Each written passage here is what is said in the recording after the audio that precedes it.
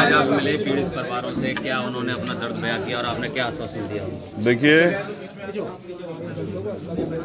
मैं चाहता था कि थोड़ा सा माहौल अच्छा हो जाए, इसलिए अच्छा हो जाए कि जो परिवार दुख में है और उनके परिवारों का जो आना जाना लगा रहता है, जो एक तरह का हमारे यहाँ संस्कार व्यवहार है, उससे वो लोग उबर जाएं।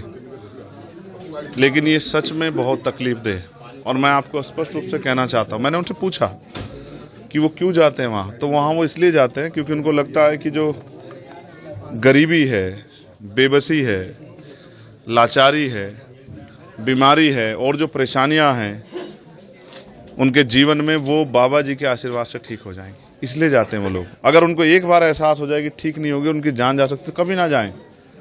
मैंने उनको आज कहा है कि वो समझें, पढ़े लिखे लोगों को समझना पड़ेगा कि बाबा के पास जाने से नहीं, बाबा साहब अम्बेडकर के विचारों पे चलने से ज़िंदगी में बदलाव होगा। और इस घर में आके मुझे एहसास हुआ कि ऐसा नहीं कि ये लोग आगे बढ़ने का प्रयास नहीं कर रहे हैं, इस गरीबी बेबसी की बेड़ियों काटने का प्रयास नहीं कर रहे हैं। ये बच्ची है हमारी, छोटी बहन तैयारी कर रही है, ये मेरा छोटा भाई तैयारी कर रहा है, लेकिन इन्होंने पुलिस की भर्ती का पेपर भी दिया था, लेकिन वो पेपर ही लीक हो गया और उसके बाद चुनाव हुआ। अब तक सुध नहीं ली मुख्यमंत्री जी ने कि भाई वो पेपर दोबारा करा दें तो बहुत सारे गरीबों के बच्चों को रोजगार मिल जाए। ये पढ़े लिखे नौजवान मेहनत कर रहे हैं, प्रयास कर रहे हैं कि इनको रोजगार मिल जाए, लेकिन कोई भर्ती नहीं आ रही है और जो भर्ती आती है उसमें घोटाले हो जाते हैं 69 शिक्षक भर्ती की तरह, या पेपर लीक हो जाता है। तो ये क्या करें? गरीब गरीब बना हुआ है, अमीर अमीर हो रहा है।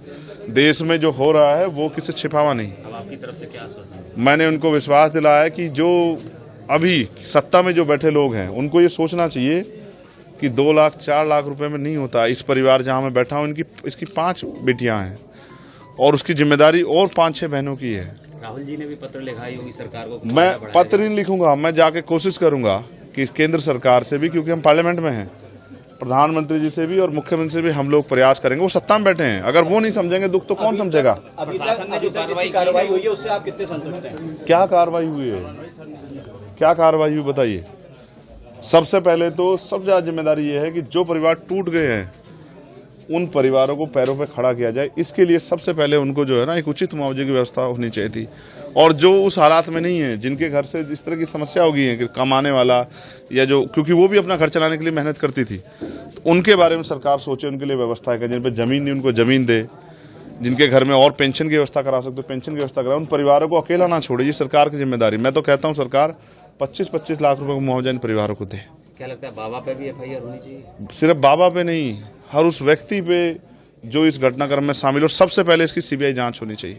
तो बाबा की अरेस्टिंग होनी चाहिए या नहीं? मुकदमा तो लिखवा दो, प्रशासन की, पुलिस की, पत्रकार। सरकार क्यों बच रही है? क्यों सरकार मुकदमा लिखने की किसी और की जरूरत है क्या? बताओ ना। सबका साथ सबका विकास की बात करने वाली इतनी बड़ी घटना पे चुप्पी सरकार की, क्या समझ आता है? अपोजिशन पार्टियां भी कहीं ना कहीं बाबा के नाम लेने से बच रही हैं। नहीं, हमें किससे बचने की जरूरत नहीं है। मैं ये कह रहा हूँ कि जांच हो, जो दोषी हो उस पर सख्त कार्रवाई हो, और अगर भविष्य में कोई भी ऐसा हो, किसी भी धर्म का हो, तो शासन प्रशासन आंख बंद करके घरों कमरे अपने दफ्तरों में ना बैठे। क्या ये इंटेलिजेंस का फेलियर नहीं है? क्या ये LIU का फेलियर नहीं है?